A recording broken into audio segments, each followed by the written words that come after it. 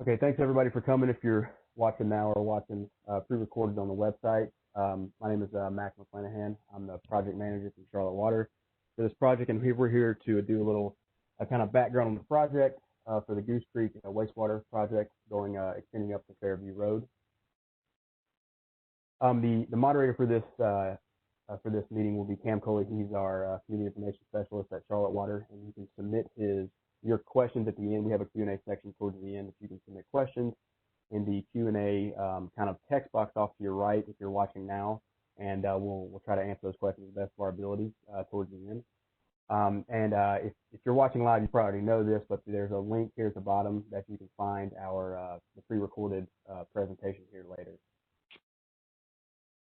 So quick agenda for the meeting. I'm gonna introduce you to the project team, give you a little quick project overview, kind of go through the quick rough and dirty schedule and kind of what to expect during normal construction operations.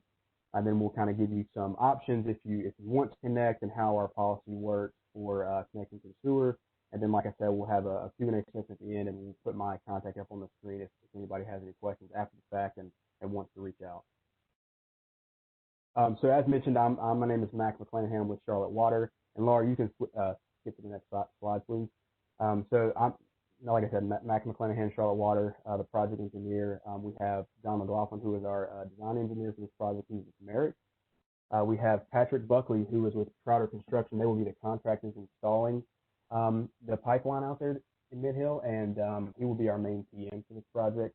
And another face you may see a lot is Keith Hunter, who is with Black and Beach. He will be kind of my day-to-day eyes and ears for the project. He is also working down the street off Lawyers and Thompson Road near the Nature Preserve, and he's working on that project out there for us as well. And I'm going to kick it over to John McLaughlin with Merrick to kind of give you a quick rundown of the project. Thank you, Mac. This is John McLaughlin again, as Mac said. What you see there is the what and the where. I'll go through that real briefly here. Again, this is the Goose Creek Wastewater Sewer Extension to Fairview Road. Where its project evaluation area is along Goose Creek, running parallel to 485, and the project will connect existing and future sewer lines along Goose Creek until it reaches the Mid-Hill Veterans Memorial Park. The diagram that you see there is the actual route, and that is primarily made up of 8-inch and 16-inch diameter gravity sewer lines. You can see to the left or to the west, there's two little extensions. One goes to the Ranburn Drive and that neighborhood area. The other goes to the Jumper Drive and that neighborhood area. And as Max said, this will ultimately tie into the work that is going on to the south that he already referenced. So, what is the goal of the project? Fairly simply, it's to enhance wastewater service and connect the existing and future sewer lines along Goose Creek until it reaches the park, and then ultimately potential service to the 485 and Fairview Road interchange area. Project overview and the completed work to date. So design is complete. Construction drawings have been prepared. We have virtually all the permits for construction in hand we'll have shortly, and all easements have been acquired. Mac referenced a timeline, a rough timeline or schedule of events. You can see this is where we've been and where we're going. So current phase, again, finalizing the permitting process with easements acquired. Construction is set to begin basically next month. Construction progress will include quarterly mailers to the people living in the area, similar to what we're doing here with the public meeting. Website updates as well, which was already referenced with the link, and then other virtual meetings such as what we're holding right now. The anticipated completion of this project is sometime in the first quarter of 2022, so a little over a year away. So the temporary lane closures that would, as it says there, be primarily, if at all, along Quail Park Drive. There's no long-term closures expected. This would be for temporary offloading of equipment, that sort of thing. There'll be traffic control provided to allow public and workers to be able to traverse the area safely during the pipe installation. The goal here is ultimately to limit the impact of private property although there will be some areas during the construction, obviously, through the route of the sewer line. If there was any water service disruption, which we do not expect, then there will be provided advance notification. And then finally the sediment and erosion control measures would be in place to minimize impacts to streams, wetlands, and creeks. And we have some enhanced measures actually in place because of the fact that it is the Goose Creek Basin. So what to expect during construction? There'll be some clearing, trimming, and grading during the process within the easements. There'll be equipment being moved on site, pipe delivery and storage, the establishment of a safe work zone, which is a primary concern for all of us on the project, traffic control measures where they will impact traffic, again, primarily on Quail Park Drive, obviously trench digging, placing the pipe, and then backfilling accordingly. There will be construction traffic essentially isolated through the easements themselves, and there will be some blasting needed. I will want to mention, too, there are separate laydown areas established for storage of equipment and materials as well, so this will not be off on private property. So what is blasting? It's removal of the underground rock by use of small, and I emphasize small, controlled blasting. Blasting is a standard construction procedure. There will be seismograph monitoring that will record all the vibrations to ensure that they are within specifications and requirements. And then impacted property owners that are within 500 feet of the blasting will have the opportunity for pre and post blast surveys at no cost to them. And we do encourage residents, property owners in that area to go ahead and engage in the pre and post blast surveys to ensure that there's no damage caused. What we have here is actual views of the construction to the south of this line, what Mac referenced earlier, the Stevens Creek line specifically, that this sewer that we're talking about will tie into. Just to give you an idea and a bit of a flavor for what to expect during construction along those easements. Again, this is in the specific sewer easement itself. Some shots of the right-of-way as it would exist. And similarly here, some idea of what it would look like during the actual construction itself. It would be monitored. Again, erosion control measures would be kept in place, obviously. And with that, I will turn it back over to Mac to close out. All right, thanks, John. So kind of just more background on Charlotte Water for whoever is not familiar with it. I'm aware this is a Mint Hill area, and it's not as common out there. We aren't.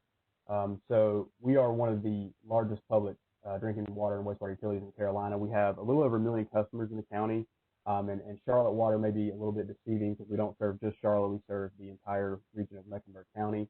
And a common misconception is that we also include stormwater, and that's not the case. We do not. And for people who are unaware, stormwater is rainwater or rivers or streams or creeks or anything like that. When it rains, it kind of flows into a catch basin in the middle of your street or on the curb and gutter. That is stormwater, and we do not service that.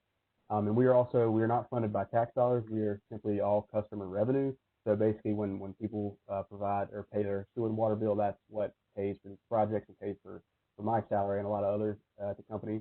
And just for if anybody's afraid or thinks you have to connect to this new trunk line, you do not. It is not required. And interested property owners can apply, and we'll kind of just hit on that here in a little bit later in a couple slides. So a good graphic that I've used in the past that kind of helps people who are a little bit more unfamiliar with the wastewater industry kind of understand what we're doing and how it kind of relates to the wastewater as a whole. So you have a standard diagram here of a tree, and at the bottom here you have kind of a root system that more is all the wastewater treatment plant or a pump station, and there's 5 of those in the county. And what we are doing after this project is we are building that trunk line you see there, the trunk of the tree, and we're building that. And individual property owners, after we put the trunk line in, they can come back and apply, and that would be your branch to your house would be like the branch on the tree shown here. And kind of some more information, kind of a better view of of what would be required of a homeowner if you do decide to connect. So you can see in the diagram off to the left here, the main sewer line is out in the street. In this case, we're in the woods, but in a lot of situations, we're in the road right of way. So if you are interested and you apply, we will come out and our company will install from that sewer line on the main street to where that little stub out is in the yard. It says homeowner's responsibility. That will be what we will provide, and then after the fact, you will be required on your own to usually hire a plumber to come in and install from there back to your house. And kind of some key points on our wastewater extension policy. And we have a website that we're going to reference here in a second. It kind of gives you a little more information, and it gives you a whole lot more information than I probably can. But just some just quick, to see if you're eligible bullet points here. Residential properties, you have to be within 1,000 feet by street, not as some would say crow flies. You have to be 1,000 feet by street to be connected to the trunk line. That is just a kind of a guideline we follow by. But obviously, if there's a number of people a little bit over 1,000 feet, I've heard in the past we've been known to bend that policy. Also, you have to be served by gravity. So what that means is you have to be upstream of the pipeline. And for this particular trunk line, we're in the we're in the creek. So it's in most locations, and I'm pretty sure in all locations for this area, we will all be a lower elevation than your home. And kind of a third quick bullet point, you can't be an existing wastewater customer of Charlotte Water. This kind of is a slide shot of what the website looks like. So the best way that I know to get to it, and kind of without having to type in all the stuff at the top in the URL there, I usually just like to type in Charlotte Water New Service Connection and click the first link. And this is the website that pulls up here.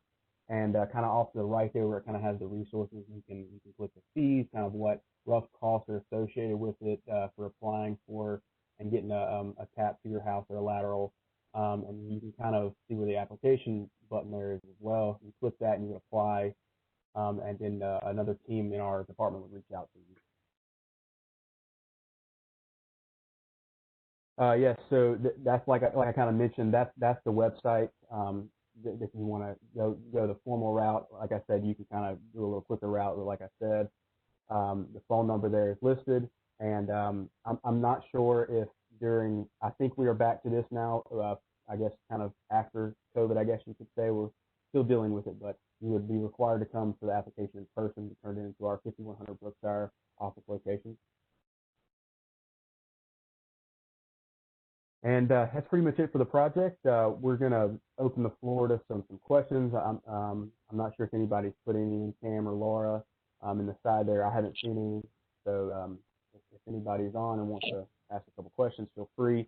If Laura, if you'll go to the next slide.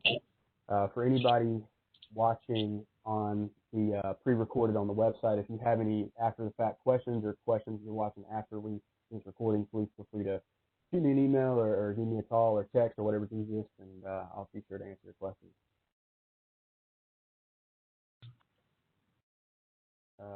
Cam or Laura, do you know if we have any questions? Yeah, hey Mac, it looks like we don't. I'd just give it maybe a minute or just to see if anybody does. And like Mac mentioned at the beginning, in the Q&A box in the bottom right, you'll be able to answer any or type in any questions that you might have. If not, like Mac said, his contact information is on this slide, and he'll be more than happy to answer any questions that you might have if you'd like to reach out. And this video recording will be available on the project website. But it does not look like we have any at this time. So with that, I think we can conclude, Mac. All right, well, thank you guys. I appreciate everybody's time. Thank you.